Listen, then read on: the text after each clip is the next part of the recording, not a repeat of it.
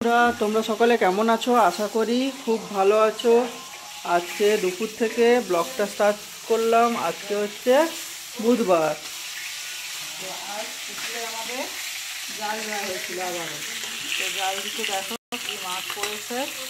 আজকে পড়েছে হচ্ছে জাপানি পুঁটি, আর পড়েছে রুই মাছ। এই যে রুই মাছের মাথা, আর জাপানি পুঁটিটাও খুব বড়। এটা আমার ভাজা হয়ে গেছে।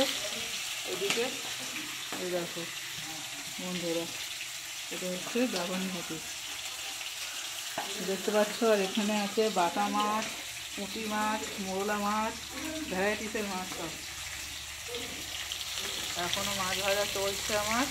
এদিকে মাছের মাথা দিয়ে পটলের তরকারি হবে, আর এটা হচ্ছে আমচুরের চপ হচ্ছে মাছের মাথা দিয়ে। আমচুরের চপ কি মাছের মাথা দিয়ে নাকি? হ্যাঁ, এই জাপানি পুঁটিটা দিয়ে আমচুর দিয়ে চপ হবে মা আর বাবা।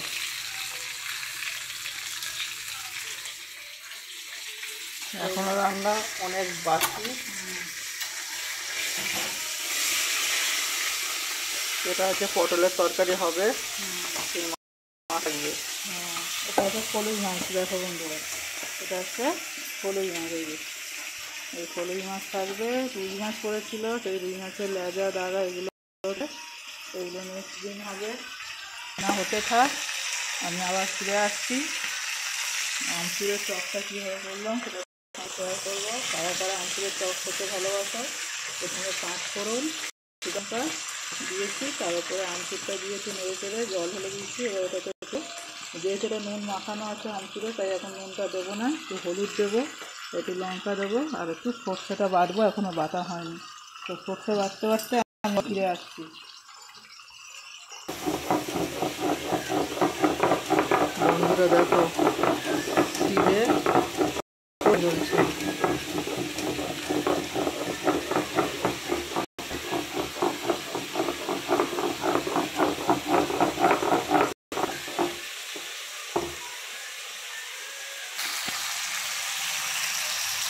দেখো বন্ধুরা, সর্ষেটা ছেঁচে এবার দিয়ে এবার একটু হলুদ আর লঙ্কা গুঁড়ো দেবো, দিয়ে মাছগুলো দেবো, দিলে মাছ হয়ে যায়। সর্ষেটা ছেঁচে দিলে কী হয়, অ্যাসিডিটি হয় না।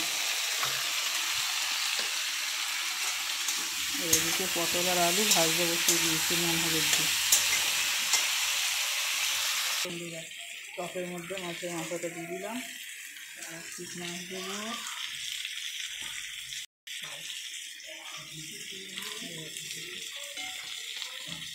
এটা হবে একটু আমচুরটা এবার একটু গেলে দেবো। ব্যাস।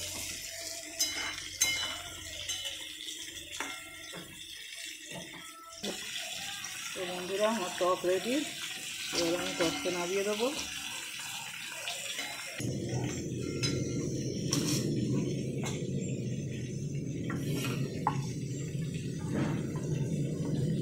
বন্ধুরা এই দেখো টক হয়ে গেল। তোমরা কে কে খেতে চাও চলে আসো। রান্না চলতে থাকো, তোমরা ভালো থাকো, সুস্থ থাকো, পাশে থাকো। যা গরম পড়েছে, সবাই যে যা নিজের শরীরের খেয়াল রাখো। আজকে আমি এখন শাড়ি পরে নাজেহাল অবস্থা হয়ে গেছি এই গরমে, প্রচুর কষ্ট হচ্ছে। তো তোমরা বলো কে কী রান্না করছো তোমাদের। এই গরমের মধ্যে হালকা পাতলা রান্না যত খাবে তত ভালো। সো এখন আসলাম, তোমরা আমার পাশে থাকো, আমিও তোমাদের পাশে আছি।